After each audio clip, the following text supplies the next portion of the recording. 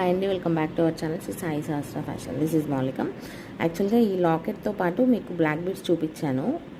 దానికి ఏంటంటే ఒక కస్టమర్ ఇలా మేకింగ్ అయితే చేయించుకున్నారండి. ఇదేంటి అంటే మీకు బ్లాక్ డైమండ్స్ అనమాట.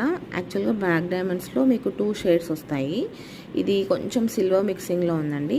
అండ్ టోటల్గా సిల్వర్లో ఉండేవి ఉంటాయి, అండ్ టోటల్ బ్లాక్లో ఉండే బ్లాక్ డైమండ్స్ కూడా ఉంటాయి.